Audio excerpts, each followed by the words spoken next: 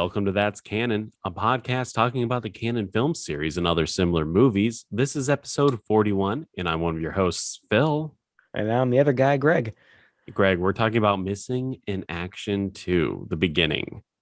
The sequel prequel. The sequel prequel to the Joseph Zito masterpiece, disaster piece that is known as Missing in Action.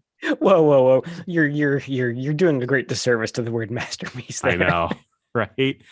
Now, I think we remember talking, these were shot back to back. Joe Zito of Friday the 13th fame made the first movie or the sequel. And even despite these being directed back to back, this one's made by someone else. It's directed by Lance Houle, who I had never heard of before. I mean, has he done anything else?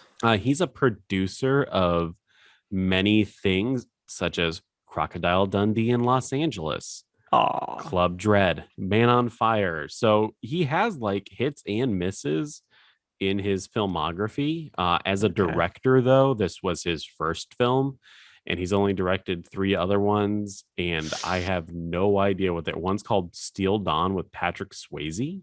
Never heard of it. And another one's called One Man's Hero with Tom Berenger. Never heard of it. And then recently in 2020, he directed a movie called Two Hearts. Interesting. Well, I guess he's in a long career then. If he was directing this in 85 and still directing today, so I guess good for him for having longevity. Still somewhat relevant. Yeah. Right. He's keeping it real, as we all try to do here.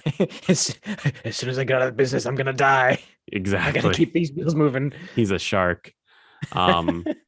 The movie, of course, stars Chuck Norris. Yes. As Colonel James Braddock. He's back. I put that in quotes because he never left. He actually, this is like peering into the past. Yeah.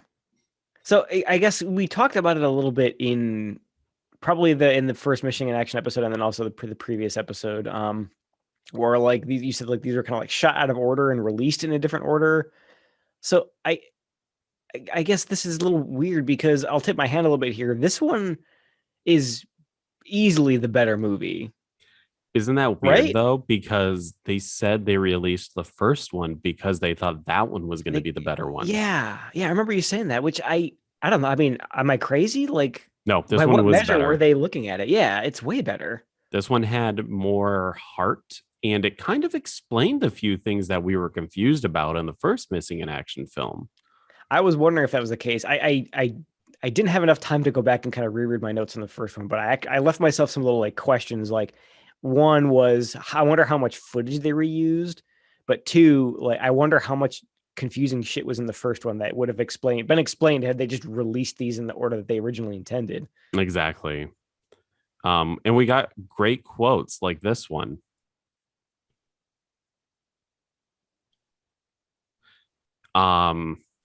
Did you hear that? I did not. Oh, it didn't play. It should have played the sound for you too. Just wait. Let me make sure. Wow, what a lame fucking duck that was. Just what a great quote. It's pure silence. Pure silence, pure moods. But wait, can you hear this? Nope. You can't even hear the system sounds anymore. Just wait. Nope. God damn it. Ruined the fucking joke. Zoomed. I don't know if this was a better joke now or what. You can see the whiteboard thing, right? Oh yeah, I can see that. All right. Technical difficulties here, folks. Oh shit, I didn't. All right. Just wait. And we got good quotes like this one.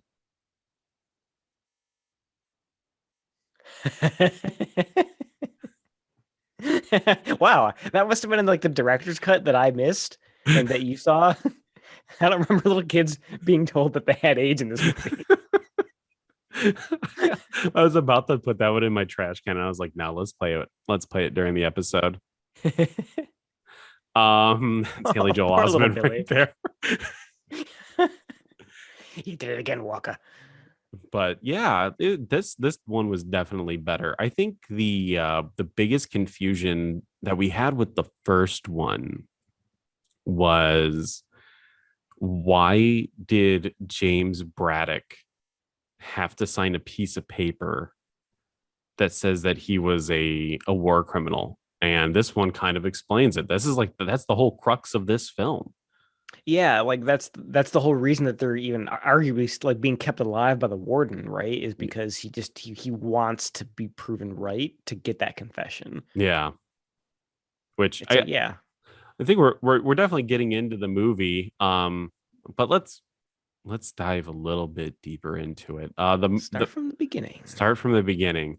Uh it it immediately starts with all of the normal Joes, right? Everyone looks like they're fighting a war. We're set in Vietnam. Everyone's sweaty and dirty, and up comes Colonel Braddock, and he looks like he's never. It looks like he stepped right out of his trailer. he, I'm glad you pointed that out. He looks so clean Yeah, and put together compared to all these other guys who are, like you said, they're all sweaty and the nasty, dirty fatigues. Like, and also, can I just say, he looks like an idiot with that stupid green cowboy hat he's wearing yeah. with the chin strap. Come on, The dude. the ghillie hat or whatever you want to call it. Yes, Yeah, he does look like an idiot. that hat wears him. He's walking to an army helicopter. They're gonna go off on a mission. Everyone's kind of confused as to why the colonel's coming. Colonels generally probably don't go into the heart of battle. They're more of like behind the scenes making the plans. It's the field grade officers who generally go out there and do stuff. But hey, this is Vietnam, baby. Anything goes. So that's interesting. I wonder, do you think Chuck Norris was looking at the script? He's like, no, I need to be a higher rank, but I also need to see battle. I think Like, so. was it just his ego saying that he needs to be like a really high ranking? He probably asked to be a general, and then someone's like, no, It's always we'll make you a interesting colonel. when you hear of actors and their requirements for when they do movies and stuff like that. Like Yeah. there's stuff with The Rock and Vincent Diesel, Vincent Unleaded. They have like in their contract, like I can only get punched this many times before I knock the other person out. Like they Really? can't, yeah, they like can't look too weak. They have to win a fight within a certain amount of like punches and action and stuff. See, that's so stupid. Like, did they not learn anything from Die Hard and why that was so good? Because Bruce Willis gets the shit kicked out of him in that movie, and it makes it so much more relatable Yeah. as an action hero.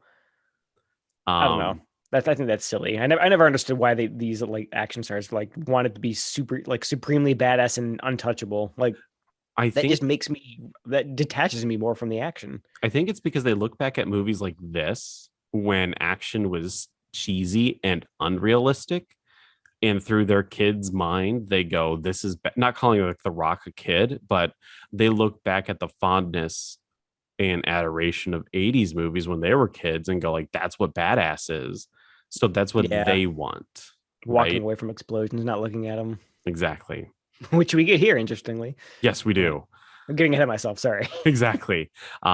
As Chuck Norris and a band of faceless, nameless people are flying through the Vietnam countryside looking for, I forgot what they're really doing. They're looking for Charlie or something like that.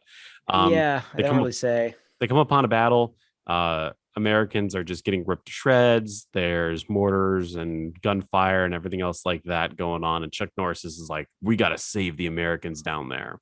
So they start shooting rockets, and like Vietnamese people are getting fucking blown apart and shit.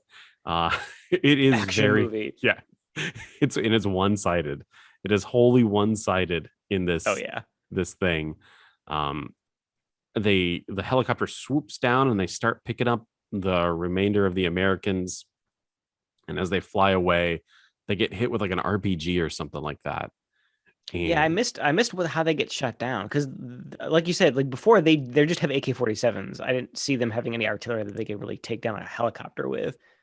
But yeah, I think they yeah, have movie magic. exactly. Exactly. Chuck Norris is like an amazing crack shot. And at one point, the helicopter pilot gets killed and Chuck Norris takes over and he starts flying the helicopter. Of course. He's This is like the worst parts of James Bond movies where like the 80s versions of James Bond, the Roger Moore, Timothy Dalton era. even Pierce Brosnan to some effect, Mhm. where they can immediately do everything, right? Yeah. I mean, you were in the Air Force. Yeah, I helicopter pilots. That feels like a really specialized thing. it is. I've heard that they're probably a lot harder to fly, like to learn to fly than like a regular airplane, right? Definitely. Yep. I One of the guys that was enlisted with me, his dad was prior service and he was a helicopter pilot. And he was like, it's incredibly hard to fly a helicopter. Yeah. Especially I mean, not only just learning as like a hobby, I can imagine it's probably hard enough, but like to be able to fly one of these older like Huey models in an active like combat zone. It just reeks of I want to be super badass and be good at everything. Definitely. Definitely. I mean, that's exactly what Chuck Norris did. Um, Oh, Chucky. and as the helicopter gets hit, there's smoke, and he's like, everyone needs to jump out. And as people are jumping out, the first guy jumps out, and it's like it says his name, and it's like missing in action. And I was like, oh shit, it's just the one guy who's missing in action. I'm like, that's pretty cool. But then they do that thing like five other For times. yeah, I was gonna I want to get your take on that. I thought that was really kind of out of place because yeah, you're right. They do it with every single guy one by one as they jump out like the bail out of a helicopter into the river or the creek or whatever it is. It seems so. I can't put my finger on it. It just seems out of place. Like because you get that like you said like the typewriter effect of their name and the big red stamp missing in action.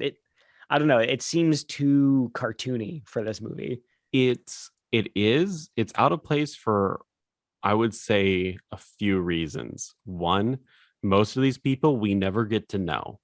In fact, some of them we only know once they jump out of the helicopter. That's the last time we see their character, right? We Really? really only Do get some to of them know, disappear? yeah, we really only get to know the white guy, Anthony, Chuck Norris, and the evil American, in quotes, evil American that's at the camp, Right, right? the trader guy, yeah. But there was like five people who got like the typeface missing in action thing, and yeah, you just never Never really really get to know characterize them. them. Yeah. Yeah, it's pretty. Yeah, it definitely breaks, I guess, the mood or the tension. Seems like a very 80s thing. They probably thought that Yeah. this was like badass. Maybe that's what it is. Is it just like breaks the flow of the kind of like because like the helicopter, oh, we're going down, we got to bail out. Like that's something that should happen really quick and be kind of tense. But they break it up with freeze frames with them in midair as they're bailing out, where we get this stupid rubber stamp. Maybe Yeah, that's what it is. It's just it breaks the flow. it does. Um, and then we cut to a day of remembrance in America. Ronald Reagan talking about how it's been 10 years since they left Vietnam and they got POWs back and stuff. And then we cut back to Vietnam, where Colonel Braddock and the gang are still POWs, and we're introduced to the main bad guy, Colonel Yin, who's played by Soon Tek O, who He has got like second billing in this movie when the credits rolled, didn't he? he did, which is, I mean, I would say that's pretty cool that back Yeah. in the And he day that they would give like an Asian American second billing in a film. Yeah, he definitely earned it too. I think. I mean, again, I'm tipping my final opinion here a little bit, but I think his performance probably made this movie for me. He was just such a great menacing, like prison warden kind of character. Yes, He did a great job. 100% agree. And we will see him again in Death Wish 4, The Crackdown. Oh hell yeah! So Can't we're wait. yeah, we're introduced to him. As a Vietnam prisoner of war camp warden Oh my god, that would be out that of nowhere, Chuck Norris has to take down like a Vietnam prison warden inside of New York. Manhattan or something. Yeah. Oh, that'd be awesome. As we're introduced to him, he's kind of like laying down the land of the law, and he has Vietnam prisoners and Vietnamese prisoners kind of like, I guess, gardening, right? They have like rakes and shit, and they're, Oh, yeah, it looked like they were like it's like a farm. yeah. Like they're forcing like manual labor on a farm. And as they're doing all their manual labor, they're getting razzed by the Vietnamese army and stuff. And That's a lot of, just keep working, keep your head down, don't do anything to draw attention. We're reintroduced to the few remaining American soldiers that are there. I don't know. They're not really characterized that well. They're kind of, whatevers, right?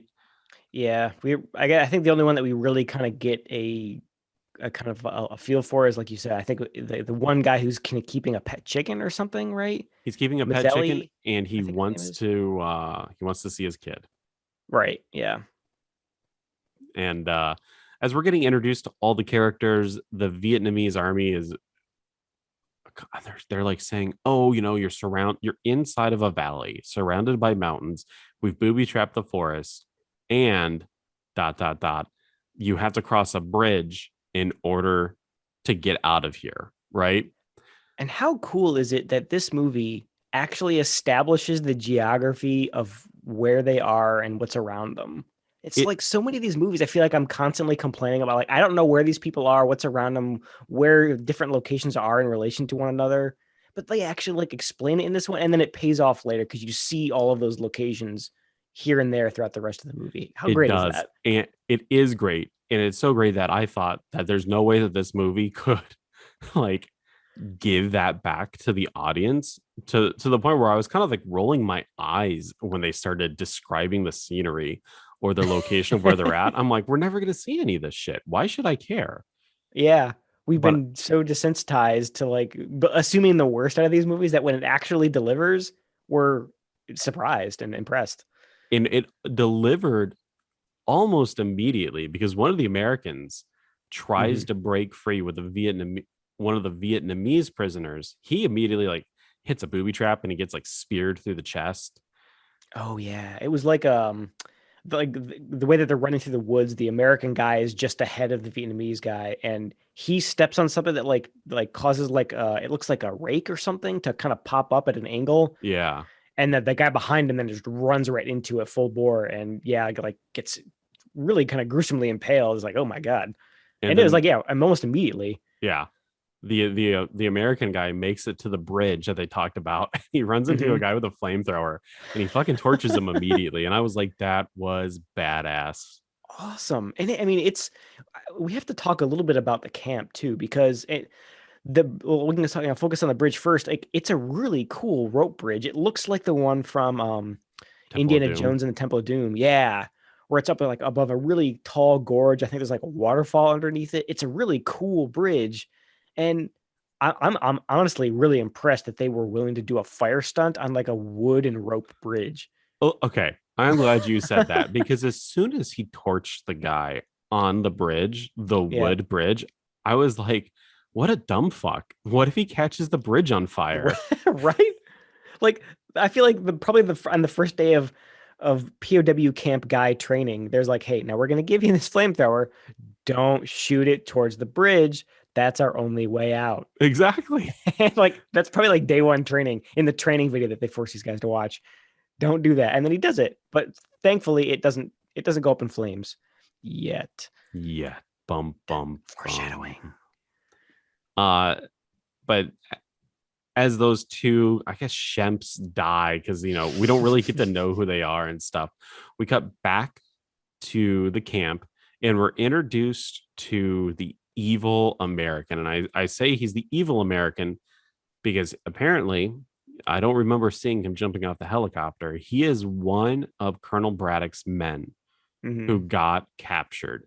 And he essentially gave in to what Colonel Yin wanted and now he's treated differently than all the other prisoners.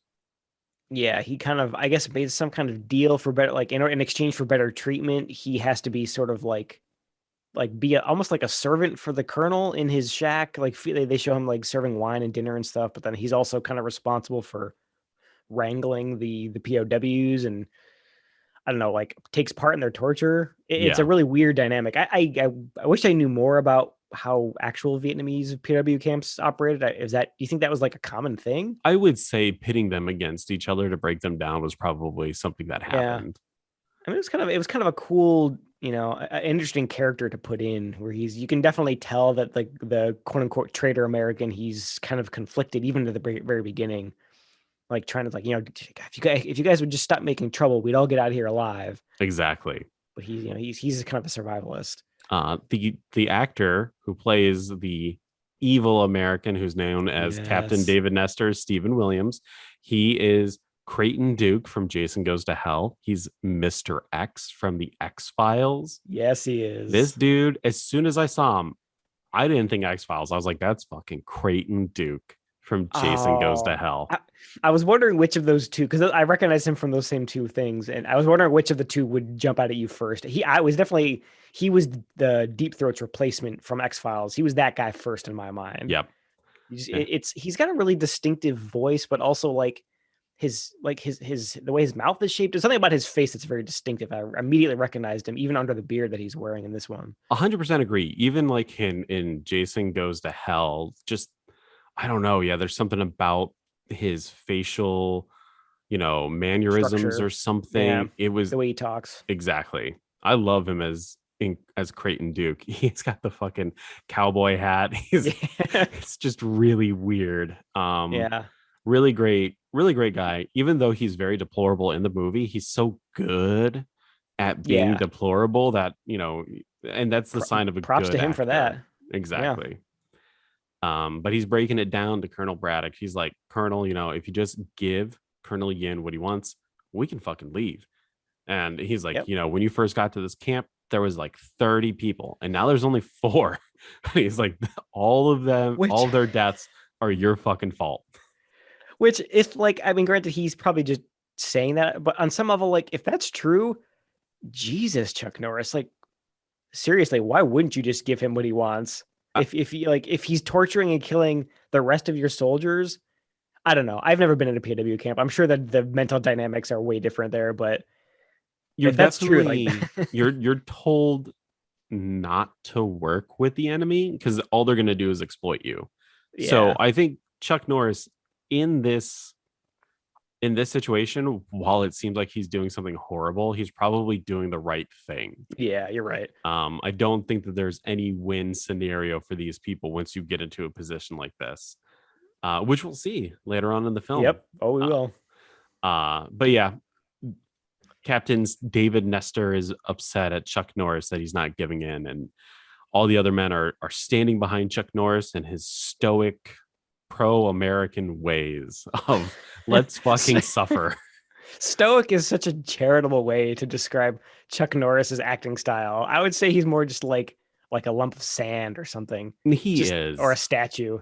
And I can kind of, in the second one or the first one, right? He does the same thing where he's kind of quiet and he doesn't really say much, and there's just these glances and evil looks. In this one, I would expect him to be kind of like rousing the troops that he's in prison with and trying to keep the morale high. That's like one of the exactly. That's like rule number 1 of when you get, there's a few rules when you get captured. It's like you got to set a routine, you got to keep morale high, you got to keep positive about the situation that you're in. And Chuck Norris, I would just be so pissed if I was stuck in a POW camp with him.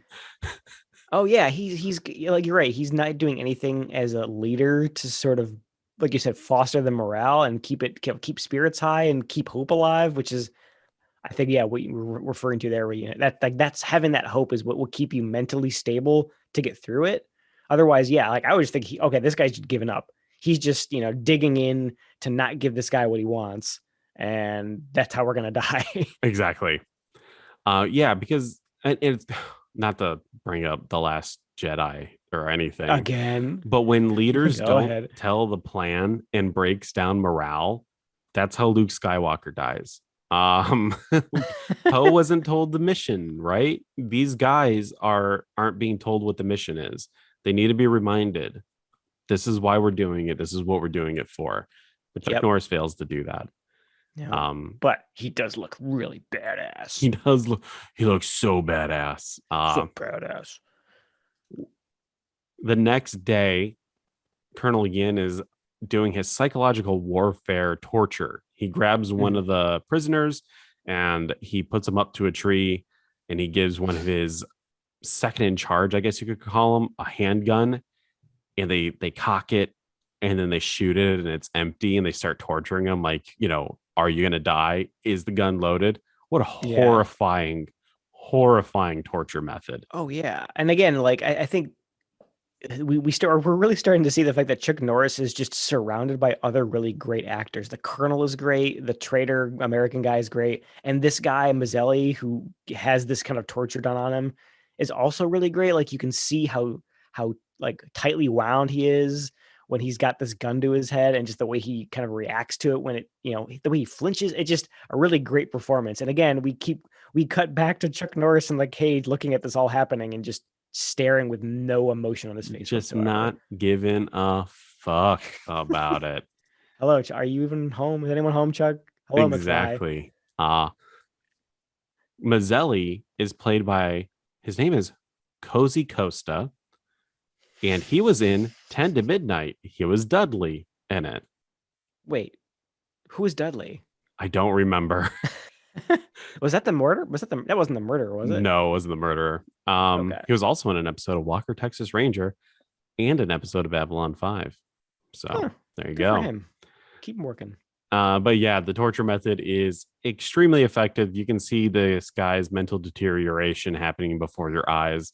And just like you said, Chuck Norris doesn't give a fuck. But like the Colonel Yin is loving it. He's loving that he knows that he's winning beyond a shadow of a doubt.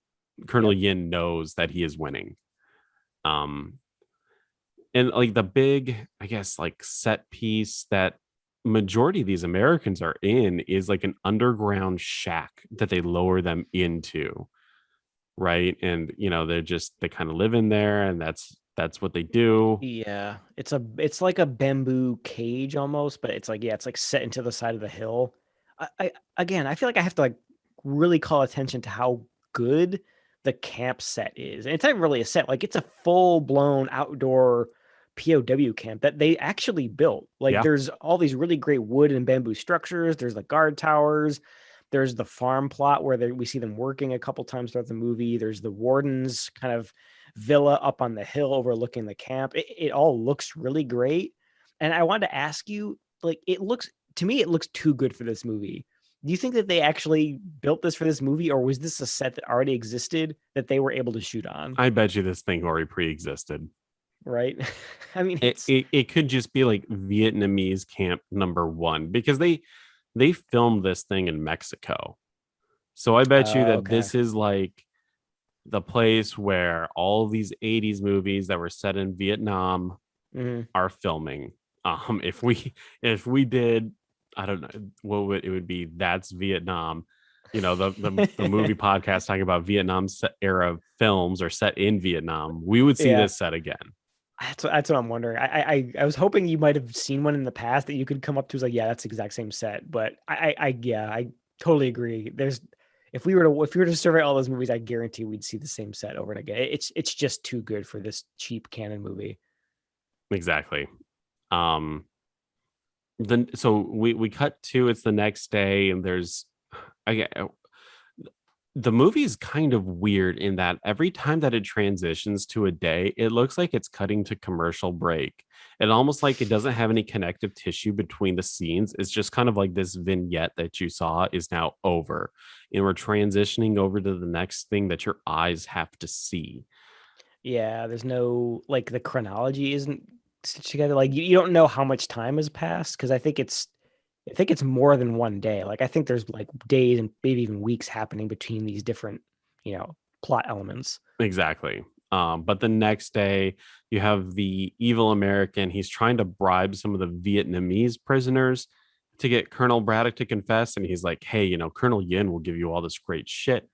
And one of the Vietnamese prisoners, I would say he's like the main Vietnamese prisoner. He never gets a name. He's like, we can't trust Colonel Yin. We can't trust him. Yeah. He's just trying to butter us up. And like you said earlier, like there's no upside to helping him, because he's just going to do what he wants anyway. So why would you try to, give in for like a bottle of beer or whatever it is he tries to bribe him with? Like, yeah. Why would you bother? And then we cut to Colonel Yin trying to get Colonel Braddock to confess to war crimes. Now, this is, like we said, the crux of the film. And I think this is part of the reason why we were confused in the second film, because in the Mm, second film, they're like, Colonel Braddock he did war crimes where we didn't keep him as a POW because he was in the war, but because of the crimes that he committed during the war. And I think this right. is part of the thing here, right? Like this is the through line between the two movies. Yeah, that would have helped set that up because I think you're right. He's kind of like he has to redeem his reputation in the. I keep thinking of this like this just makes so much more sense as the first movie, so I'm going to consider it that way. The sequel, which we watched before, it makes so much more sense there because yeah, he signed a confession under duress, and now he's got to clear his name and prove that like we weren't just common criminals. We didn't, we're not war criminals. Like we were POWs, and there's still POWs over there. It just it would have made the other movie better too. Like it just makes no sense that they released them in this order. Exactly. No, none. Uh Colonel Yin is like, hey, we'll record you to give you the confession. You don't have to give a confession to anyone else. Just let us record it. And of Mm-hmm. course, Chuck Norris doesn't bend to the knee. He just ignores Colonel Yin and he gets pissed and then he gets slapped around a little bit. But Yep.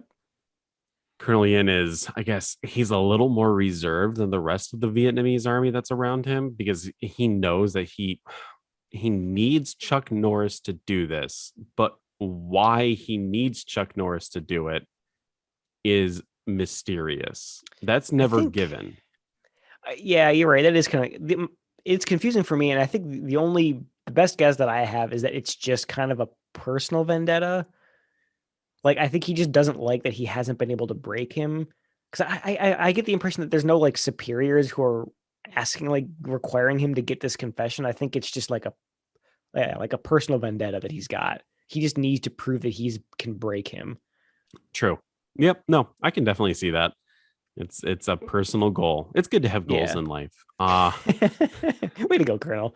As Colonel Yin lets Chuck Norris get back to being a prisoner, there's a kerfuffle, and Chuck Norris starts punching some people, and that's when Colonel Yin is like, he points to the evil American, and he goes, Traitor.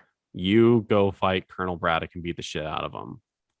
And there's a little strife because I guess part of the deal between the traitor and Colonel Yin is that he wouldn't have to hurt any of the Americans, but Colonel Yin is he's pretty much like, I'll fucking kill you if you don't do this. Right? I'm altering the deal. Pray I do not alter it further. Exactly. Exactly. And thus ensues a fight in quotes between Chuck Norris and the traitor American. Chuck kind of just stands there for half of it and just lets the other guy beat the shit out of him. Yeah. Which Um, I actually kind of like that. He's kind of like the nonviolent passive resistance. It kind of makes sense. it kind of does, but I hate the fact that he's taking full slugs to the head and getting up like nothing happened. Well, that takes us back to stupid Chuck Norris, probably in his contract. If I get punched, I can get punched, but I can't go down. I can't look hurt. Exactly. Like he gets hit in the temple. He should, if not die, definitely pass out. You know, Or wince or show some kind of indication that he's in pain. Anything. exactly. But no, Chuck Norris throughout the entire fight between him and the traitor, there's really no. I guess Chuck doesn't seem like he's getting hurt. He's spitting up blood. He's like holding his side, but he gets up and then he fights with the fury of 1,000 men. Um, Which is weird for a POW who's probably been starved nearly to starvation to death, and I, yet he's still like ripped and ready to fight. I'm glad you brought that up. These other men look like they've been in a POW camp. They look scrawny, they look weak, they look haggard, they look like shit. Mm-hmm. Chuck Yeah. Norris still looks like he eats, 3 square meals a day and he exercises regularly. Yep, gets that three hot in the cot. Like one of the interesting things is I think they tried to make him look scrawny by giving him fatigues that were a couple sizes too big because they do hang off of him. But then you see when he's fighting the traitor guy, you see underneath he's still like in really great shape. Like he's still shredded underneath those clothes. And It makes no sense. people don't have commitment like Christian Bale, who will lose like 1,000 pounds to Yeah. be the role that they need to be. Oh yeah, like imagine him, yeah, from the Machinist movie, right? That's what you're thinking of. Oh yeah, he Where actually did a Vietnamese POW camp movie oh, did he? called shit. I just thought of it. Rescue Dawn, and he Okay, lost a bunch of weight for that too. yeah. It would Um, have been. I mean, little touches like that just really help sell it. So when you see, cut to Chuck Norris in like best shape of his life, it just you lose the immersion. exactly. And of course, Chuck Norris wins the fight. He chokes the traitor out with the shackles on his feet. And because the scene is over and you have to cut to commercial break, the scene just kind of fades Just away. kind of ends.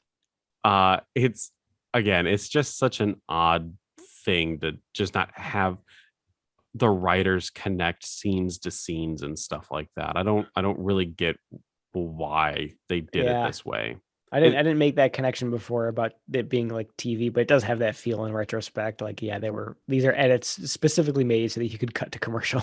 exactly. Um, Meanwhile, in the POW, bunker for the Americans, Colonel Braddock is kind of chilling and relaxing, and one of the nameless army people come up to him, and he looks sick. He's like, "You've got malaria," and he's like, "I'm okay, Colonel.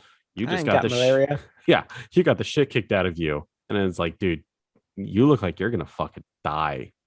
Oh Like yeah. you got super malaria. It says super malaria. Yeah, this like you have to hats off to the makeup person because like he looks really pale and like really sweaty and just he looks sick as shit. He's about like he's on death's door. Yeah. Oh no, man, I'm fine. Like, no, you are definitely not. You look like a Um, zombie, dude. Malaria is extremely rare nowadays. There's only about 20,000 cases per year. It's extremely treatable, but also critical to get it treated. Because I think they that's one of the elements before where they're trying to like bribe the POWs with the beer too. Because I think they're trying to like, hey, if you just work with the colonel a little bit, he'll give you the quinine or whatever. That like there's that one medicine that you use for treating malaria. Yep. They like try to get in the medicine. Not they're still stonewalling while this guy wastes away with malaria. But Colonel Braddock, he's too good to get medicine for his men. He just looks at his tattered American flag, thinking about burgers and baseball and flat beer. Um, mm. exactly. The next day, we get Colonel Yin, and he points to the guy all the prisoners are lined up, and he points to the guy who has malaria, and they like hang him. They like doing like rope torture to him, and Colonel Braddock Yeah, can't have it, and he's like, Colonel Yin, I'm the man you want. You torture me. And of course they do it, right? Because he's volunteering to get tortured. So why not torture Colonel Braddock sure. as well? And they bring out a rat, and they put it in a bag, and they put the bag around Chuck Norris's head. What did you think of this? I was extremely irritated with the movie because up like when they bring the rat out, it's in a cage. It's a real rat, by the way. It's in a Yes. like a really small cage, and they're like one of the guards. He's like jabbing at it with a stick or something to piss it off, and it's like it's again it's a real rat. They're like torturing this poor rat for I don't know. We've this is like a running theme with a lot of these canon movies is just kind of either low key or very high key. In this case, animal cruelty, which it just gets under my skin. I hate watching it. Man, oh man, you're gonna hate this. The scene in which Braddock is tortured by having a rat tied to his neck was originally to be filmed with a fake animal, but the prop didn't turn up on set. Chuck Norris claims he instructed the filmmakers to kill the rat, and then he held it in his mouth while he thrashed Oh, around. fuck off, Chuck Norris. God, Chuck Norris told someone, kill that fucking rat and let's get this scene done. you asshole. Because I was actually wondering, like when they put the sack over his head and they kind of cinch it around his neck, like you could tell that the motion because it was like they were kind of starting to thrash around. You could tell that the motion wasn't just sourced from him moving his head. Like there was something in there that was itself moving under its own power. And I was like, they didn't put a real rat in there, did they? Yeah. Apparently they did. This And, stupid movie. God damn it. and as the sack is removed, we see Colonel Braddock with a dead rat in his mouth. and all the Vietnamese are kind of like, huh, okay. No one seemed to really care. I would have been like, Wow, real holy badass. shit. Like this guy's fucking dope. Whoa, he really showed us. Yeah. Kind of a weird flex, Chuck. Um, Weird flex. Yeah, exactly. but the next day again, they're just doing more manual labor. There's like it's like lulls in between the next action set piece. And it's really sad because the lulls of the men working in farming and I Hmm. guess being prisoners, there's no they don't use that time to build camaraderie. They just build it with boring shit, right? Yeah, Because Chuck not a Norris lot. is such an unpersonable person. Yeah, they don't show him kind of getting to know it, or like talking to other guys so that we, the audience, can get to know them and kind of sympathize them a little bit. Exactly. As they're farming or doing whatever the fuck they're doing, a helicopter is heard and it causes a distraction. And one of the Americans runs into the forest. And I got to tell you, I assumed we were just never going to see that guy again. Shadowing. Exactly. Uh, as the helicopter lands, and for some reason, Colonel Braddock knows that it's an American helicopter just from the pure sound of it. The sound of it. Yeah, Uh, that strains credibility, but I guess if you're around them enough, you kind of learn the sound. I can buy it. as the helicopter lands, it's like a French dude.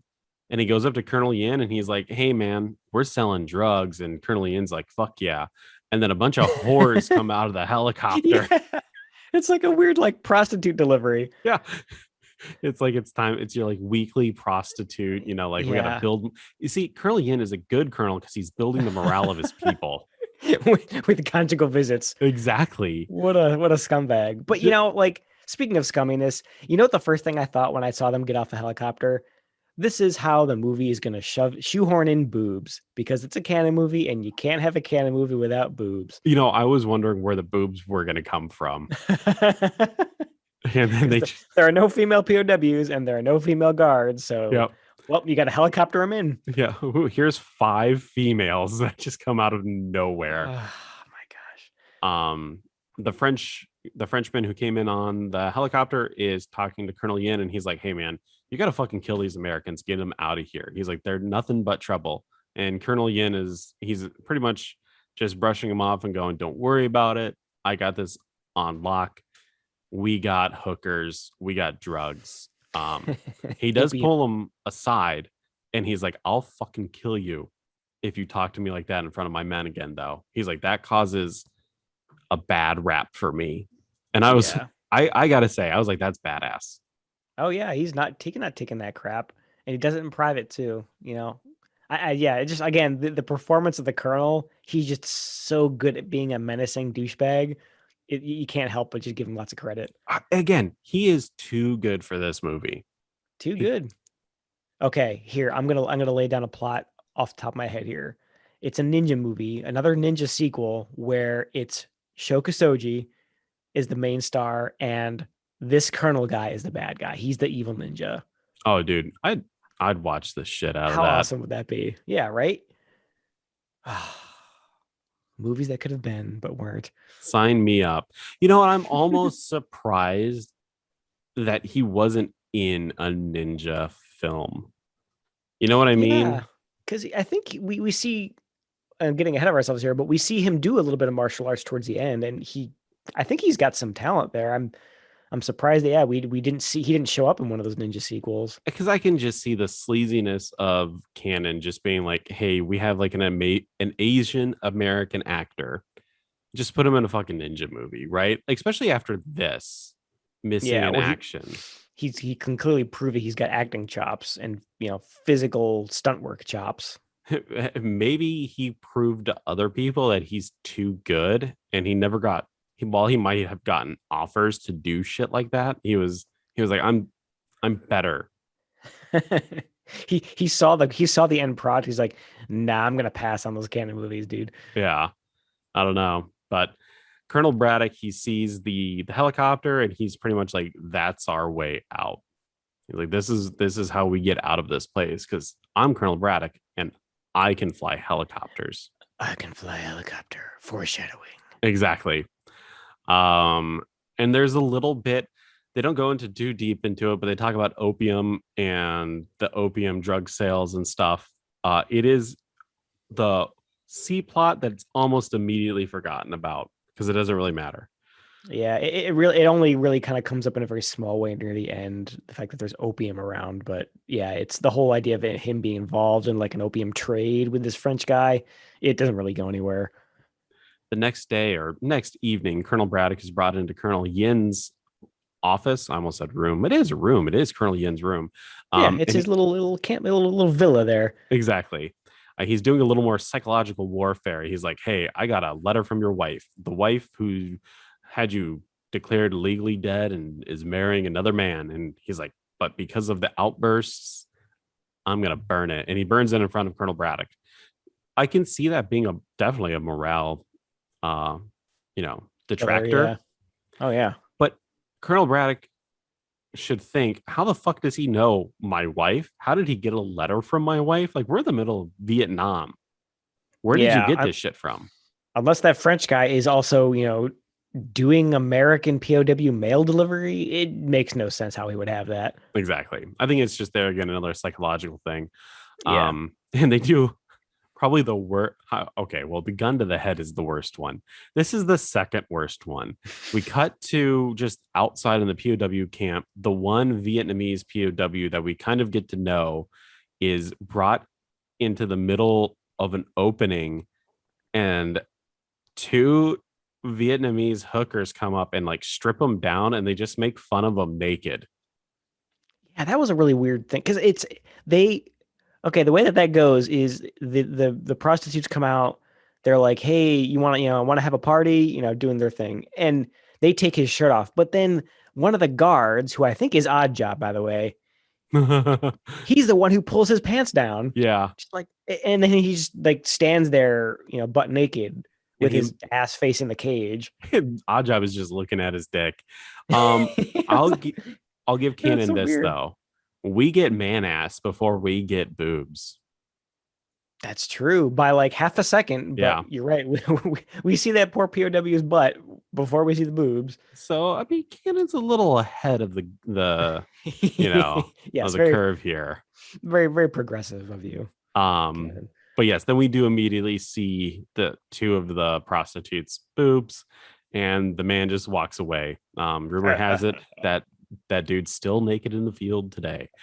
Oh. Um, but yeah, so it's the next day we get introduced to an Australian guy who is doing like covert operations, taking photos of the camp and taking notes of the situation.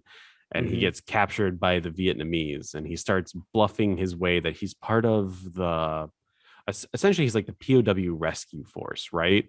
Yeah, like he's got a big. He's like one of a couple guys who were each given a parcel of land to kind of scout. And if I don't report back, huge force is going to come and try to find me. Exactly. And Colonel Yin is kind of buying it at first because he Mm-hmm. can't really take a chance here. Now, I don't know if it's because the Vietnamese military is directing him to do this, or this is all like to the side, right? Is he Mm-hmm. afraid of the Vietnamese military finding out that he still has POWs? Is he supposed to have POWs? Who knows what the actual Yeah, situation is? But he is buying it at first, and it allows the Australian to converse and talk with the Americans in the POW right. camp. And he immediately is like, there is no backup. It's just fucking me. Which, Yeah. how stupid, because immediately all the other Americans are like, it's only you. Oh my God, it's only you. Like the Like Vietnamese freaking would the fuck hear out. this, you know? Yeah. Yeah. Why would you I mean, I can understand wanting to try to bluff your way out. Like you'll say whatever you can to kind of get away, but why would you tell all these like really desperate POWs who are, yeah, like you said, like someone's going to hear them freaking out. Yeah. No idea why he did that. And then he himself, the Australian, starts getting worried that they're going to figure out that he's not who he says he is. Right. And as he starts walking away to check into home base, and I put that in finger quotes, the French guy comes out and he immediately just like points to him. He's like, "Hey, that guy's a fucking liar." I know that guy. Because like, what was his real deal? Like, he was just like a press guy or a reporter or something. He was on his own. Yeah, he was on his own, and he again, I think he is looking for POWs, but there's no big, um, you know, I He's not guess, backed by some force. yeah, So there's no organization behind him in order to get this done. yeah. So the French guy outs him, knows exactly all. Yeah, I've seen him sniffing around some other city or something. Like, he's by himself. He's a liar. Exactly. Womp womp. And because of this, Colonel Yin brings them up to the same tree that they did the psychological torture to the other POW with the empty gun.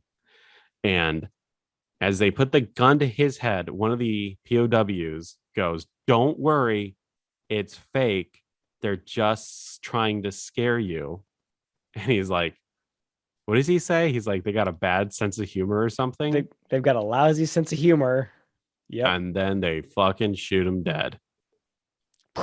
We get a really, I wouldn't say it's really great, but we get a close up of his head and like a prosthetic, like a squib on the side of his head that pops. It doesn't look really great, but I have to give them credit for trying to do like a close up headshot. It could have looked better, but it was effective. I'm glad they tried, as opposed to just like cutting away and just like watching people's reactions instead. Exactly. They did attempt it, and as he dies, cut to commercial, we get another fade. But isn't that your quote of the week this week? It is, yeah. This is one of the things I actually quite liked, because it was one of the many things that I think this movie did a good job of kind of like setup and payoff. So like you said, like the Mazzelli guy, we saw them set up the fact that they torture prisoners this way with the kind of like you don't know if the gun's loaded or not, so we're going to make you think it is. So I like that they set that up, and then later we see Mazzelli be the guy's like, "Don't worry about it. They're just bluffing. It's not loaded." And then they actually kill the guy. I Yeah, just thought that was a really good setup and payoff. So yeah, that whole the quote of the week is sort of like that whole interaction between Mazzelli screaming to him, and he's like, "Well, they got a lot of sense of humor," and then him actually getting shot. So cool. definitely. Yep. It was there again, like the movie is too good for itself. Mm-hmm. The With flashes of brilliance. exactly. But the next day, all the POWs are worried about the one guy who has malaria, and the the Vietnamese POWs. He's pretty much like, yeah, this dude's gonna fucking die if we don't get him some kind of medicine, and that is what stirs Colonel Braddock to make a deal with Yin. Yin immediately administers a syringe of something. Some kind of like pea colored liquid. Exactly. He did look like piss. Bear Grylls? Exactly. I'm going to inject my own piss. He injects the POW with some kind of serum. Colonel Braddock signs a confession, and Colonel Yin is like, "Okay, so tomorrow you're all going to go home. This is going to be great. You guys are going to love it. Wow. You're going to go back to America." Poor Mazzelli, he's like buying it instantly. He's like, "Wow, I can't believe it. We're gonna go home tomorrow. This is great." And yeah, Braddock, he's justifiably skeptical, but no, Mazzelli, he's just like thinking it's all legit. Exactly. Oh, As they get put into better accommodations because they're about to go home, Braddock realizes that the POW who had malaria is acting extremely strange. Braddock is like, the medicine shouldn't work this fast. And as soon as he says it, he passes out. And Colonel Yin walks back in, and he's like, "Dude, I gave him so much opium, he's gonna fucking die." oh my god, what a like the torture methods that they show here. What an awful and creative thing to put in the movie. Like forced drug overdoses, terrible. And what makes it even worse is they take the guy who's overdosing now on opium and has malaria. They lay him out on a slab outside in the rain, and they start pouring gasoline over him, and they fucking set him on fire. Jesus. Brutal. I mean, I don't think we actually see this case of a guy being burned, right? Like we don't get No, a fire stunt here. no, but we get the one time that Chuck Norris is actually like acting, and he's like, he's still alive, he's still alive. I wrote that down too. I said like this is the most emoting that Chuck Norris does in the entire movie by a long shot. Definitely. And it's great. You actually see like pain in Chuck Norris's eyes. You can see him finally broke Yeah. down. Yep. I don't know what made him decide to start acting this late into the game, but he should do this throughout the entire film. Yeah. It's not like this is the first war, POW atrocity that we've seen happen so far. Exactly.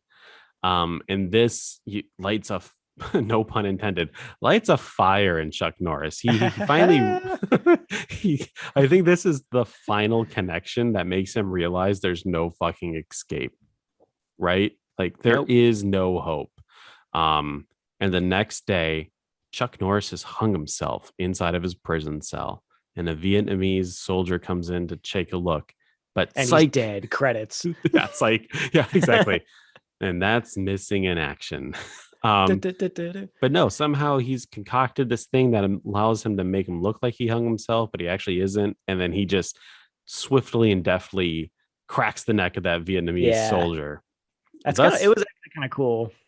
it was definitely cool. Big ruse.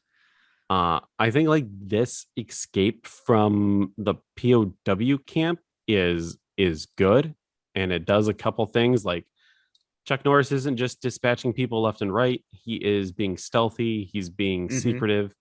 Um, and he knowingly leaves Mazzelli behind because he can't afford to rescue him at this moment. Right. Um, He's not armed at this point, and like you said, he's got the element of surprise, which he's trying to keep, which I like. so there's Chuck does it a couple times. He like punches someone, cracks a neck, punches someone, cracks someone's neck, and he eventually gets up to the bridge where the American in the beginning gets torched, and he notices a Vietnamese soldier coming down, and he does this stunt where he gets underneath the bridge, and he's essentially Yeah. crossing it like monkey bars, That's right? such a cool idea. It was very good. It was a good stunt. Yeah. Because Because it looks like they actually did it, right? yeah, you actually do see someone climbing the bridge underneath and like a wide shot too. Yeah. So it's not like they just kind of like moved the bridge somewhere differently and did the stunt. And like in quotes, we did a stunt. This is like Yeah. this dude could fucking die. We did a stunt. Um, Yeah. Very impressive. we cut back to the camp. Colonel Yin is like, hey, Braddock left. Uh, remember this chicken that you liked? And he kills it and he throws it at Mazzelli. He's like sobbing over this poor pet chicken. Oh my God. I hate this movie so much because you know what? I wasn't sure before, but now the fact that you said that they actually killed a rat, I think they killed that chicken too. uh, I'd be willing to bet you that they killed the chicken. I think I don't want to say like, oh, chickens are a dime a dozen, but I eat a lot of chicken. Oh yeah. Yeah. If they ate the chicken after they killed it for the movie, awesome. If they killed the chicken and then they just tossed it away, horrible. Way worse. It's I hate seeing it on screen sometimes. Oh, I get It you. seems so sleazy. It is sleazy. It's sleazy because this movie probably cost a couple $1 million to make. And you couldn't buy it fake chicken. Yeah, right. Uh, Um, but later that day or evening, Colonel Yin's drinking tea with his buddies, and the traitor American's like, hey man, if Braddock is still alive, he's gonna come back here and he's gonna fucking kill you. And I know that because I know Braddock. And it kind of upsets Colonel Yin because he realizes it too, that Braddock is out there and now he's out for vengeance. dun, dun, dun, dun, dun, dun, dun, dun. And I kind of like this next scene. I liked Colonel Yin and the Frenchman going off into their helicopter to look for Colonel Braddock, but Colonel Mhm. Braddock sneaks back into the POW camp to like steal guns and shit. It kind of makes sense that the Colonel Yin would want to find Braddock, but Braddock, knowing that he needs to save everyone else, kind of just sneaks back into the camp. And I liked that. This was probably the most believable part of the movie, right? At least from my Yeah, sense. kind of an interesting, believable bit of strategy on Chuck Norris's part, because like he knows that the Colonel is too insecure, and he's got this weird relationship with Braddock that he needs to see him. He needs to be the one to kill him. Like he needs to find him. So Exactly. of course he's going to be desperate enough to go out and look for him, which is like, yeah, like you said, the perfect opportunity to sneak back in and double back and get armed up. And armed up he does. Yes. Chuck Norris is now sporting the Vietnamese army's fatigues and a flamethrower, and he comes up behind the guys at the Heck bridge, yeah. and he goes like, psst, psst, which like I get it. He wants to see the fear of the men's face before he tortures them, but I wouldn't. I wouldn't want them to have any opportunity to kill me. I would just fucking torch them immediately. Yeah. Right. Like, why would like they could shoot at him? One, two, they could yell for help, or three, it's like someone else who he didn't intend to see him could turn around and see him and then run for help. Like, why Exactly. would you take that chance? Uh, but Chuck Norris doesn't have anything happen to him, and he No. torches these guys, and you get a full body flame stunt. Two people do it. Yeah. Two really long burns, and again another one on the rope bridge, which seems, Yeah, I mean, it's awesome for our effect because it really sells the scene, but it seems so risky, like as a stunt to do on a rope bridge like that. that's the '80s, man. No one gives a Anything goes. shit. Clearly not. Um, Chuck Norris 100% used more flamethrower action in this film than in the first Executioner movie. Uh, as God damn it, Ginty. Robert fucking Ginty. But Colonel Yin, he comes back to the POW camp, and he's pretty much told like, hey, Colonel Braddock came here, he fucking stole shit. Shit's fucked. People got burned, you know. Shit's fucked. And then Yep. they're in the shed where all the guns were. And just like one of the Vietnamese guards is like, hey, there's a bomb. And they like run, and then there's just explosions. I didn't see a Yeah. bomb, but I guess whatever. But then you like get cuts of Braddock pushing a button over and over again, and it's just blowing up different bombs throughout the camp. Okay. Like now we're kind of Yeah. getting into like cheesy. Yeah, we're definitely dipping our toe into the big dumb action movie pond here because we don't see him set up any of those remotely controlled bombs, do we? No, none. Yeah. But it's still cool because those explosions are really huge. They are. They are really So huge. thumbs up for me there. And Um, it's actually kind of a shame because they are clearly destroying this really cool POW camp set. But hey, works for the audience. I'll take it. bombs. Woo! Explosions. In the confusion, Colonel Braddock takes the opportunity to rescue the other American who's in the pit, and he also frees the rest of the Vietnamese POWs. Right. He runs into the woods, and there's more fights and explosions, and his Pew pew. buddy rappels down off the side of the mountain next to the waterfall. Right. Right. And I honestly said a few times while he was rappelling down, they're gonna fucking shoot this guy. And Chuck Norris is gonna be the only one who survives. And Oh, there's even a point where he gets to the bottom of the waterfall, and like just out of like sheer exhaustion, he kind of like hugs a rock, and I was like, he's gonna die now. But that never happens, which is great. They don't yeah. kill him. But That was then satisfying. it is, you get scenes of just Chuck Norris in the woods now, like jumping into bushes and hiding behind rocks like an asshole. Like, and I say asshole because he just doesn't look heroic doing it. No. And again, it's because he's not showing any kind of strain or tension on his face at all. He just looks like he's bored. Yeah. Like this is so natural to me. Yeah. I mean, and otherwise you're right. It's just kind of like generic jungle action. I mean, compare this with Predator, right? And Arnold and his gang sneaking in the woods and doing all those action scenes in the jungle. Like, what a world of difference. Exactly. Because Arnold, despite being still a bad actor, he has great charisma, and he Mm-hmm. knows that he has to emote. And even though he's not the world's best actor, he still does it. He still tries while Chuck Norris doesn't even try. Yeah, no, not even close. Um, we cut back to the POW camp. Colonel Yin is saying that he needs the French dude's helicopter to find Braddock.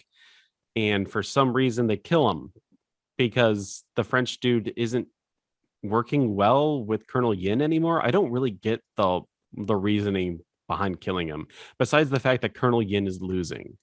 Yeah, I that's another thing I just kind of chalked up to the Colonel kind of becoming unhinged and his sort of personal vendetta with Braddock is sort of taking over.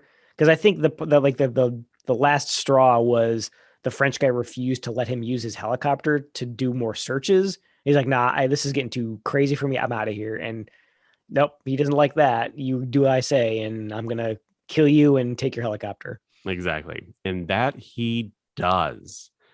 Colonel Yin is pretty much left alone in the POW camp because he sent a good amount of his forces out. And Chuck Norris, despite rescuing all the Vietnamese POWs and the American POWs, goes back because, he's got to fucking kill more Vietnamese army people. Because we need more action scenes to happen before the movie can end. Because we are at like an hour and 15 and we need to pad out the rest of the movie. Yes. And it just turns into him like blowing people up, running into the forest, blowing people up, running more in the forest. And it kind of just gets tiring after a while. But we do find that the guy who ran away in the very beginning of the movie into the forest, that we never see the conclusion of him, he's still Yep. alive. And for some reason, we need to care. Somehow he is. I wrote that down. I was like, wait, how is that guy still alive? Like he's been in the woods by himself, undetected for I don't know, weeks probably at this point. Like, how is he still alive and hasn't starved to death or walked into one of the many booby traps? Malaria to death. Or malaria to death, right? Like yeah, that was another thing that kind of strained believability is like how this guy could have survived with already being basically starved to death in the jungle by himself. Nah, man.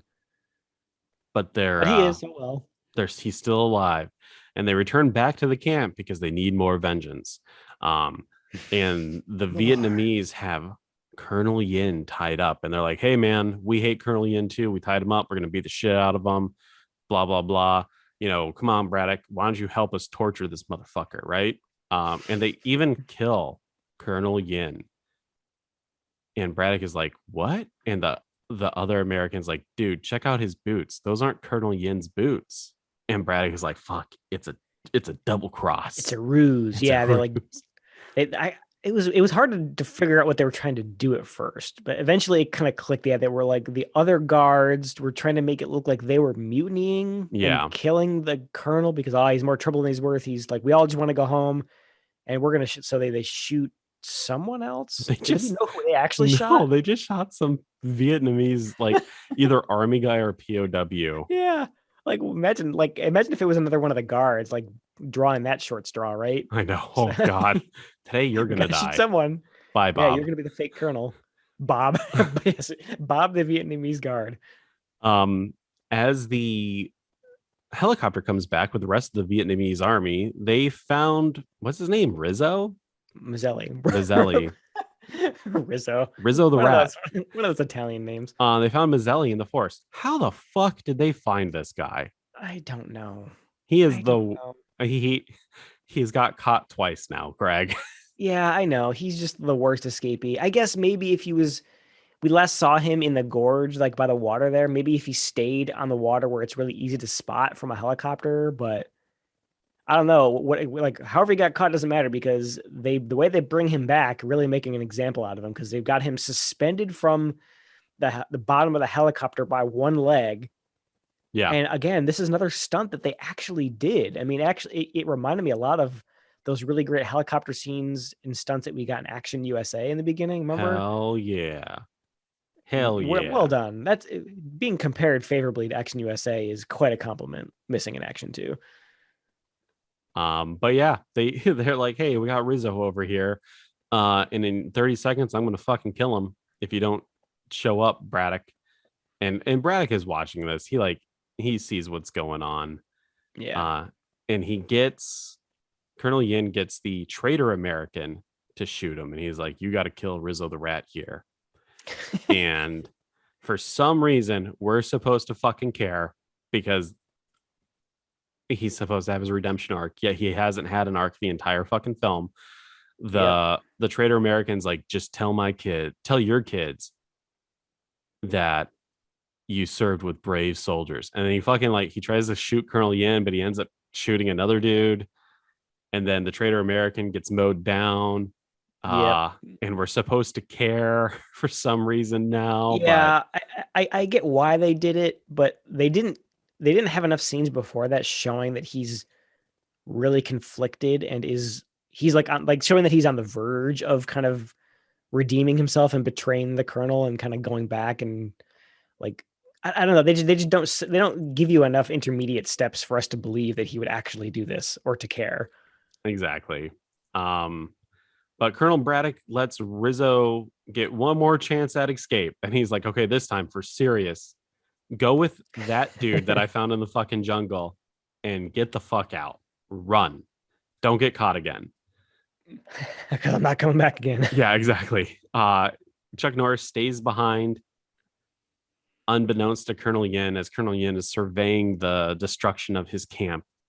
Chuck Norris comes out and he's like, all right, let's dance, let's fight. And he pulls out a pistol and he goes, what does he say? He says something like, I'm charging you with the deaths of, like X amount of Americans. And he pulls the trigger and it's not Click. loaded. Great callback. Great. Yeah. Great. Another great setup and payoff. I wish they did it a couple times. And I know that sounds cheesy, but I wish like they were fighting and like he would pick up the gun again and like cock it and like shoot it and it would still be unloaded. And then, like at the end, like he like, I don't know, he gets like a bullet in there somehow. And that's how he fucking kills them. Like it is loaded this one time. Oh, I see what you're saying. Like, do the same thing that they did before, where you get a couple fake clicks to throw him off, and then the last time he's like, "You're bluffing again. I know that's not loaded," and then this time it is. Exactly. Like I don't know how they would do it without being cheesy or annoying. Like, okay, we're seeing this gag over and over again, but yeah, like it just turns into Chuck Norris and Colonel Yin just fighting and tumbling for like 7 minutes. And then it goes on for a little too long. Chuck Norris does this thing where he kind of like puts his hand up his rib cage and like squeezes. Yeah, I wanted to ask you about that. That's what I thought was going on, but you only get it for like a really quick glimpse, so I wasn't sure. Yeah, it looks like he's got 4 fingers like behind his rib cage and he's like holding the guy by the ribs. It looks really painful. Yeah. But that's how he dies. I guess he dies. He's left alone. His fate is unknown because we don't really see him die. We kind of just see him slump down. Right? Oh, wait, no, the building blows up too. I was going to say, we don't see him die then, but then as we walk, you got to have a classic action scene where Chuck Norris walks away, not facing away from the building, and then he's got one more remote mine left, and he clicks it, and the whole villa just like torches and giant fireball. Yeah. I don't know how I forgot that. And then Colonel Braddock gets into his helicopter and he fucks off, and that's missing in action too. Yeah, just sort of ends. It's kind of like the first one, or whatever. Colonel Braddock busts into the room, and we don't see the resolution of the entire film. This one, it's just he gets on a helicopter. He never gets back to home base. We don't see the reunion of him and like his military comrades and stuff like that. It just ends. Yeah, I will give this one a little bit more credit because at least it ended on a cool action movie note, like a giant explosion, as opposed to a freeze frame on like a hearing room, like a courtroom in the first one, which is boring as shit. Yeah. This is much better. This movie is definitely better. It is better than the first one by far. It is still an incredibly average film, though. Yeah, I mean, Star wise, I think it's probably 3.5 at most for me, maybe 3. It is definitely a 3 for me. Yeah, because like you said, it's definitely much better than the first one. The performances were much better. Like the Colonel was great. The traitor and what little we got of him was great. a couple of the POWs were good. Chuck Norris was terrible, but everyone else was great. Yeah. It just felt like it just felt better produced, I guess is the best way to say it. Like the sets were better, the explosions were better. Definitely. And there was less like cartoony. Like the first one had, the boat, and it had I forgot the old dude that was in it. Oh yeah. The guy who was, I think he was the boat driver, wasn't he? Or was he the Yeah. helicopter? Emmett Walsh, Jack Tucker, his friend from Yeah. Vietnam, who I would assumed would have been in this for some like, right? Another POW. but no, we don't get any of that. Yeah, it's all No. just incredibly average. Yeah. And I it did think. extremely average as well in the box office. It opened up at Did number it? 3. It only made $3.8 million its opening weekend, made $10 million in total. So it probably got its budget back, I'm assuming, right? The budget of this film was $2.4 million. So yes, Okay. it So definitely it turned a little did. profit. I guess it's like that's what they went for with the canon movies is low budget enough. I mean, this is again their bread and butter, moderately budgeted action movies that will turn a modest profit. And but it made $12 million less than the first one. Really? Yeah. See, I can't, they just seem so stupid to put this one second. I feel like both would have done better if they'd released them in the order they produced them. And it only came out four months later. Really? Yeah. Ugh. Why? Exactly. Why would they at least wait a year? Because remember, they wanted to make before Rainbow 2, First Blood Part 2. Oh, okay. So they were trying to ape on the success of a better movie. Yes. Like they always do. And you can't even say that it's like Vietnam War fatigue films, because First Blood Part 2 went on to make $300 million. Yes, yeah, like you said, you can't chuck it up to genre fatigue. It's just a worse movie. Exactly. I mean, I don't know. I go back and forth. I feel like we maybe aren't giving this movie enough credit because I think it's not, it is average, but I think it did so many more right things in the first one. Like the whole first, I don't know, 2/3 of the movie is not a bad like Vietnam POW kind of movie. Like it does a good enough job to make you hate the warden, the colonel guy, and all of the guards, so that by the time in the like third act when all the action starts, it feels a little bit more earned because you already like you hate all the people who are getting like being revenged on by Chuck Norris. I don't know. I feel like I was a lot less bored in this one compared to other movies we've watched. So 100%. I was less bored during this one than the first one too. yeah. I just wanted more from Chuck. Maybe later on we'll get better acting from him, or we'll get something more from him, but we definitely didn't get it here. Yeah, I think you're right. I think that really is the thing that's missing is that like the rest of this movie is probably fine as is if it had a more charismatic star like an Arnold or a Stallone or someone like that with a little bit more charisma. It would have elevated everything else and it would have been much better overall. It just lacks that star power, that kind of linchpin that's, holding it all together. Well, let's move on to the next piece of canon history, right? Now, I know when you think canon, you think of critically acclaimed directors such as Neil Jordan, director of The Crying Game, The End of the Affair, right? I definitely think that. Exactly. Angela Lansbury is the actress that comes to mind when you think of canon, right? Oh no. No. Actors such as David Warner, who starred in Star Trek V and Star Trek VI and a few episodes of Star Trek The Next Generation. Oh no. Not Star Trek. Anything but Star Trek. That's right. The next film that we're going to watch is the 1984 Neil Jordan film, The Company of Wolves, a British gothic fantasy horror film. Right? A little bit different. I like the genre, gothic fantasy horror. Gothic, good. Fantasy, love it. Horror, great. Gotta have it. Yeah. The movie is about a teenage girl in a country manor who falls asleep while reading a magazine and has A disturbing dream involving wolves prowling the woods below her bedroom window. The What? Company of Wolves. It's based on a book called The Company of Wolves, by Angela Carter. Okay. So is the whole movie Looking, a dream I don't or know, but looking at the poster, it looks like a little Red Riding Hood with oh. werewolves. So I'm getting the impression that this is going to be more fantasy fairy tale and less horror. It's probably going to be horrific when they turn into werewolves, and that's about it. Mm. Actually, that's a really good point. When did American Werewolf in London come out? Ooh, that's a good question. Like, American is werewolf. this another canon thing like Alien Contamination where they are trying to cash in on the success of a better movie? 1981 is when American Werewolf in London came out, and this movie's in 1984.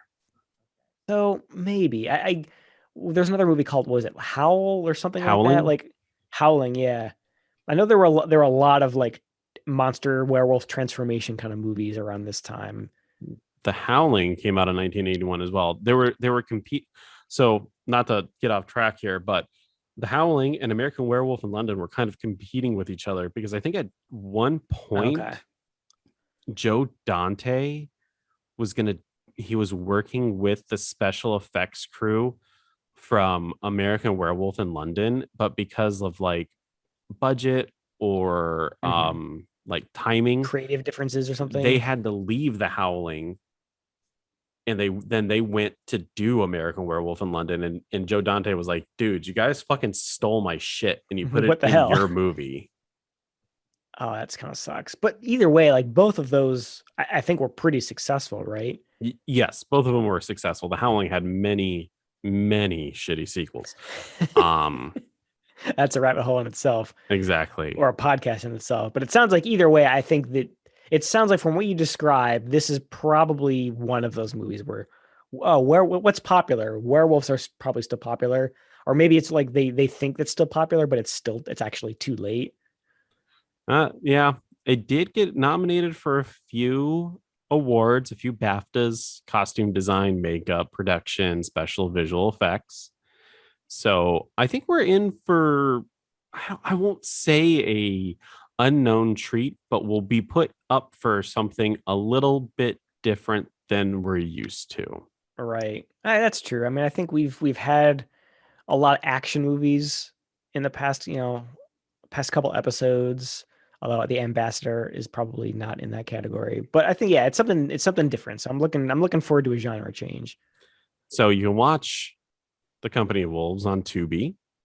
It's actually there. And it does seem like it is available on Amazon to actually rent and buy, which is more than you can Hmm. say for some of these other films that we've tried to watch.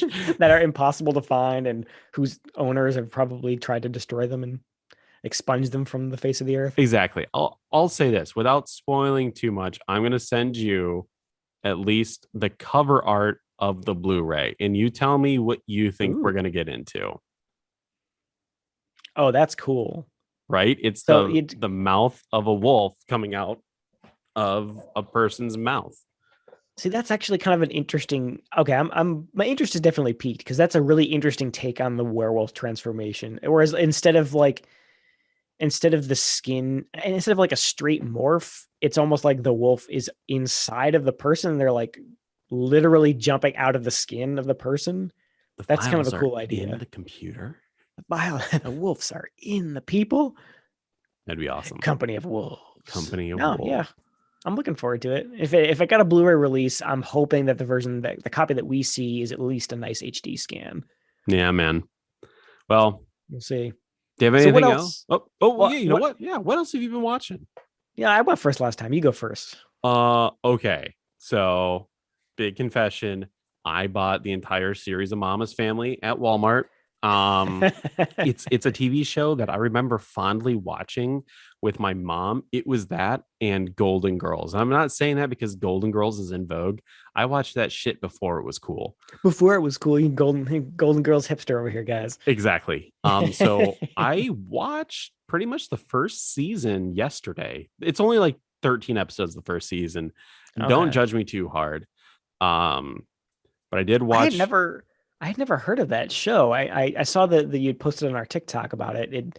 I had never even heard of this show before. It's a spin-off from the Carol Burnett show, kind of like Simpsons.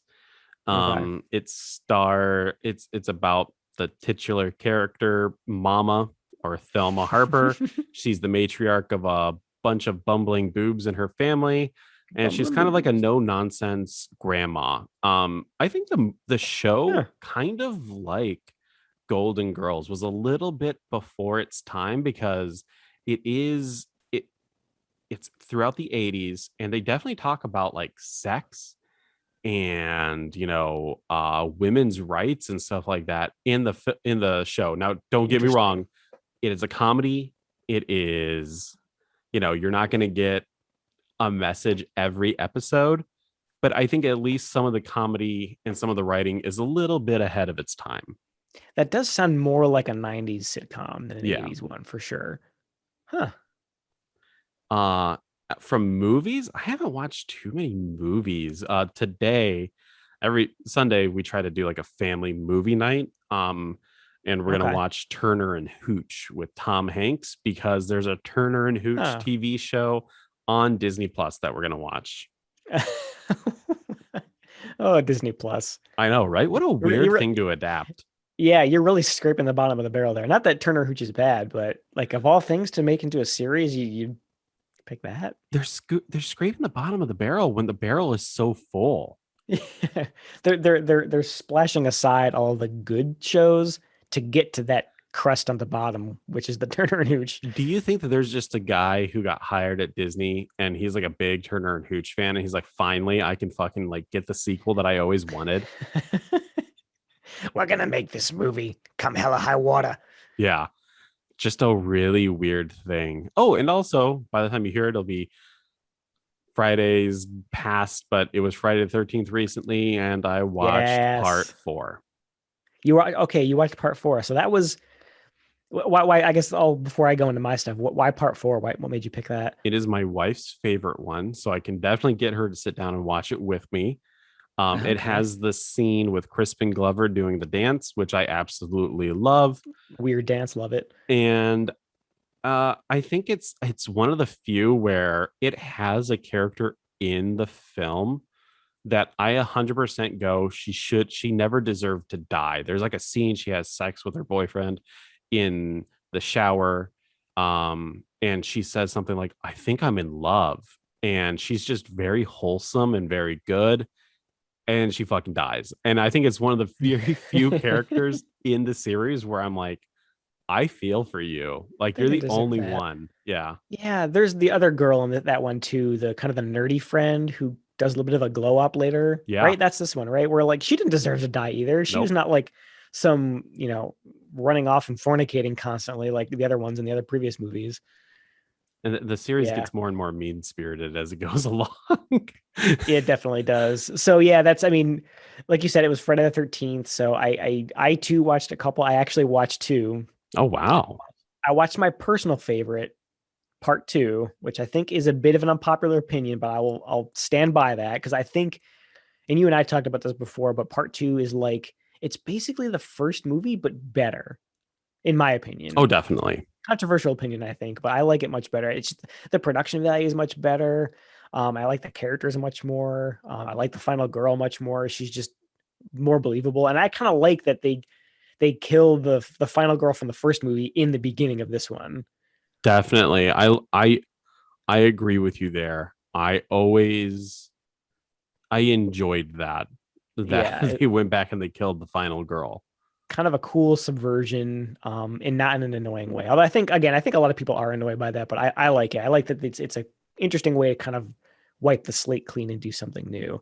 So I watched part two, and I also watched part five, which I think is also a really unpopular enter in the series because it's not actually Jason Voorhees doing the murders. Spoilers, sorry.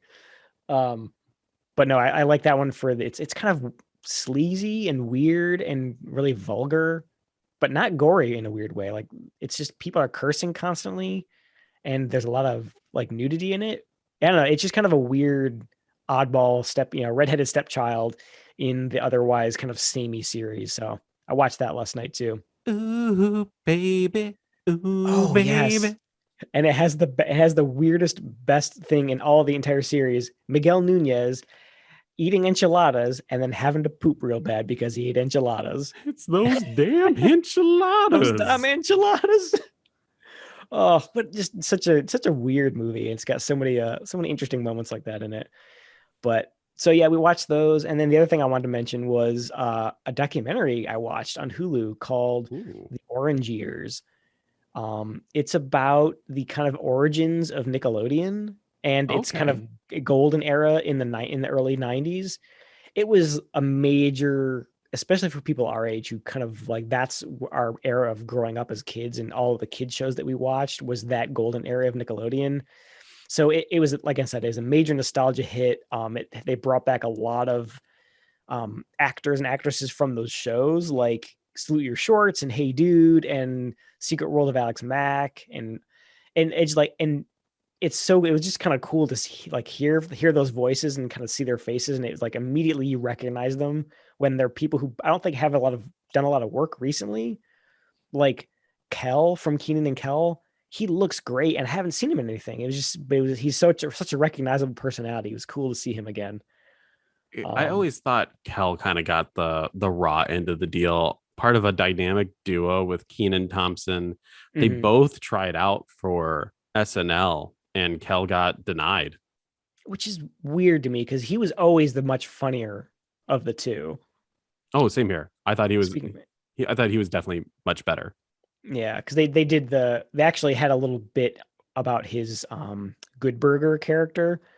I forget what his name is in Good Burger, but the whole like whoa, the kind of like weird surfer dude voice he does, and the braids, and just like the whole character and the whole look of it, they kind of had him explain how that originated. It's just a lot of really cool how these things that your childhood was based on, how all these things kind of came about, and it's kind of like a perfect storm of creative people and giving the opportunity to do weird and interesting things. And that's how we ended up with, Pete and Pete and Rocko's Modern Life and all those classic shows. I love It was Pete and Pete. definitely, yeah, definitely. I mean, if you're, of a certain age that you grew up on a lot of those like early 90s Nickelodeon shows, definitely give the Orange Years a look on Hulu. It's a really fun watch. Awesome. Yeah, that's a glowing review. I'll definitely have to check it out. Yeah. And I mean, me and the wife will definitely enjoy watching that. Oh yeah, for sure. The Secret World of Alex Mack. Damn, I haven't thought about that in a long time. I had the Right? biggest crush on Alex Mack when I was a kid. And let me tell you, you should definitely watch it because, as I said, Kel, he looks great. She looks great too. She's barely aged a day. Definitely check it out. Nice. All right. Well, if you like what you're hearing, go ahead and subscribe to the podcast. I'm giving you permission. Also, go ahead and leave us a review as well. Give us some constructive criticism on how we can make this more, how we can make this podcast more enjoyable to you. I think you should work on your endings a little bit. That's a Fuck good you, start. nerd. You can follow us on multiple platforms: YouTube, TikTok. You can look for at That's Canon on them. I believe on TikTok we're at That's Canon Podcast. And you can Mhm. also email us at that's canon at gmail.com. That's CANNON at gmail.com. And remember, since we said it, That's canon.